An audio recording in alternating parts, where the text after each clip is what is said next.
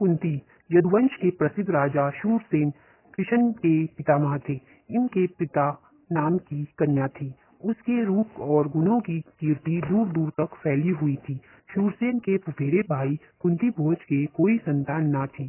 शूरसेन ने कुंती भोज को वचन दिया था कि उनके जो पहली संतान होगी उसे कुंती भोज को गोद दे देंगे।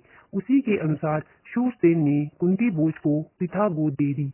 कुंती भोज के यहाँ आने पर पृथा का नाम कुंती पड़ गया। कुंती के बचपन में ऋषि दुर्वासा एक बार कुंती भोज के यहाँ पधारे।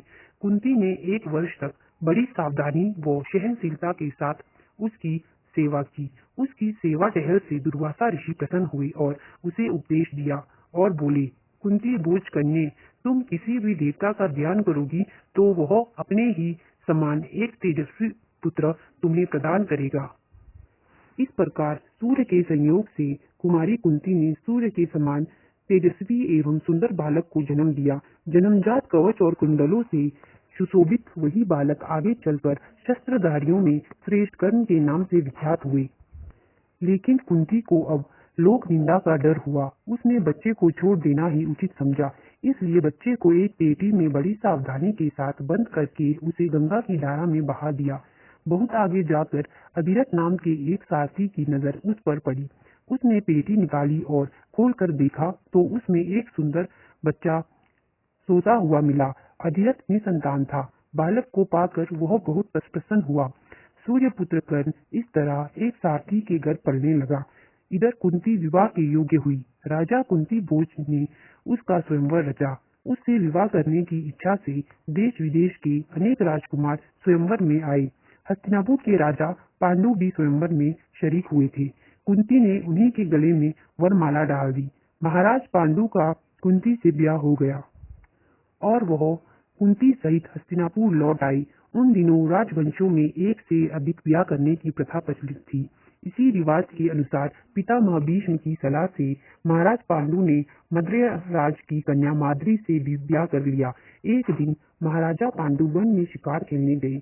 वही जंगल में हिरण के रूप में एक ऋषि दंपति भी विहार कर रहे थे। पांडु ने अपने तीर से हिरण को मार गिराया। उनको यह पता नहीं था कि यह ऋषि दंपति है। ऋषि ने मरते मरते पांडु को शाप दिया। ऋषि के शाप से पांडु को बड़ा दुख हुआ। साथ ही वह अपनी भूल से खिन्न होकर नगर को लौटे और पितामह भीष्म तथा विदुर को राज्य का भार सौंपकर अपनी पत्नियों के साथ वन में चले गए और वहां पर ब्रह्मचारी जैसा जीवन व्यतीत करने लगे। कुंती ने देखा कि महाराज को संतान लालसा तो है, लेकिन ऋषि के शापवश वह संतान उत्पत्ति नहीं कर सकते। अतः उसने विवाह से पूर्व दुर्वासा ऋषि के पाए वरदानों का पांडु से जिक्र किया। उनके अनुरोध से कुंती और माद्री ने देवताओं के अनुग्रह से 5 पांडवों को जन्म दिया। वह वन में ही पांचों का जन्म हुआ और वहीं तपस्वी के संग वे पलने लगे। अपनी दोनों स्त्रियों तथा बेटों के साथ महाराज पांडु कई बरस वन में रहे। वसंत ऋतु थी। सारा वन आनंद में डूबा हुआ सा प्रतीत हो रहा था। महाराज पांडु माद्री के साथ प्रकृति की इस उद्गार में सुषमा को निहार रहे थे। ऋषि के शाप का असर हो गया। तत्काल उनकी मृत्यु हो गई। माद्री के दुख का पार न रहा। पति की मृत्यु का वह कारण बनी, यह सोचकर पांडु के साथ ही वह भी मर गई। इस दुर्घटना से कुंती और 5 पांडवों के शोक की सीमा न रही। पर वन के ऋषि मुनियों ने बहुत समझा बुझाकर उनको शांत किया और उन्हें हस्तिनापुर ले जाकर पितामह भीष्म के सुपुर्द किया। युधिष्ठिर की उम्र उस समय 16 वर्ष की थी। हस्तिनापुर के लोगों ने जब ऋषियों से सुना कि वन में पांडु की मृत्यु हो गई है तो उनके शोक की सीमा न रही।